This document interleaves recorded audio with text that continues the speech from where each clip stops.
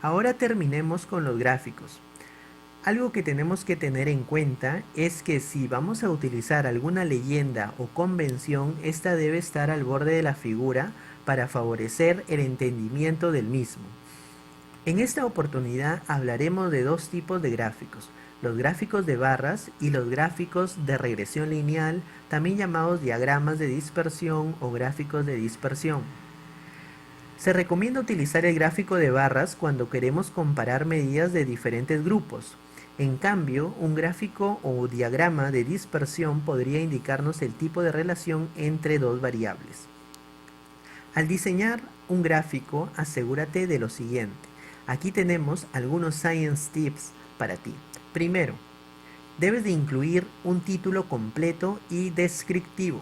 Número 2, colocar las variables con sus unidades. Se recomienda colocar la variable independiente en el eje X y la variable dependiente en el eje Y. Los valores de los ejes deben tener el mismo número de decimales dentro de cada variable. Algunas consideraciones para cada uno de los gráficos son las siguientes. En el caso de los gráficos de barras, es importante incluir las barras de error. Las barras de error sirven para representar la variación en los datos. Se utilizan en gráficos para indicar el error o la incertidumbre en una medición. Es decir, nos dan una idea de cuán precisa es una medición o, por el contrario, qué tan lejos del valor informado podría estar el valor verdadero. Las barras de error muestran la distancia entre el valor medio y la medida más alejada de este, es decir, representa la variabilidad de los datos o la desviación típica de los mismos.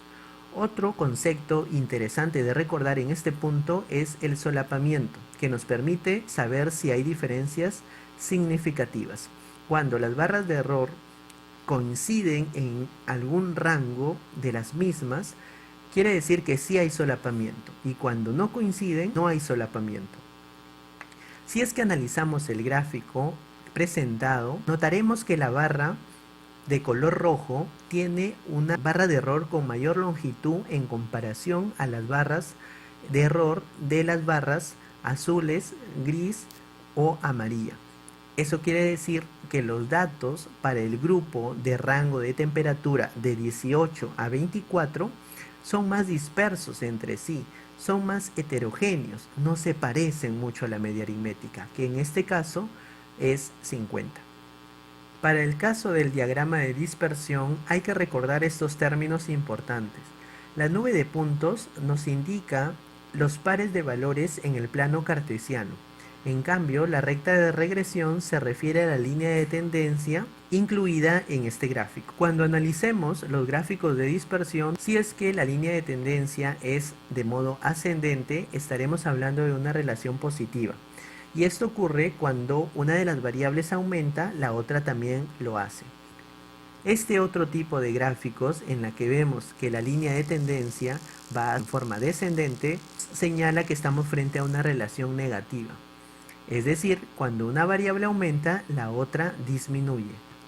Finalmente, cuando estemos frente a este tipo de gráficos, donde la nube de puntos no tiene un patrón establecido y no demuestra ninguna línea de tendencia, quiere decir que la relación entre las variables es nula. Como verás, la organización de datos en tablas y gráficos es una tarea muy importante a la hora de sistematizar nuestros datos, pero también hay que tener en cuenta varias consideraciones que han sido expuestas en esta parte del video. Muchas gracias.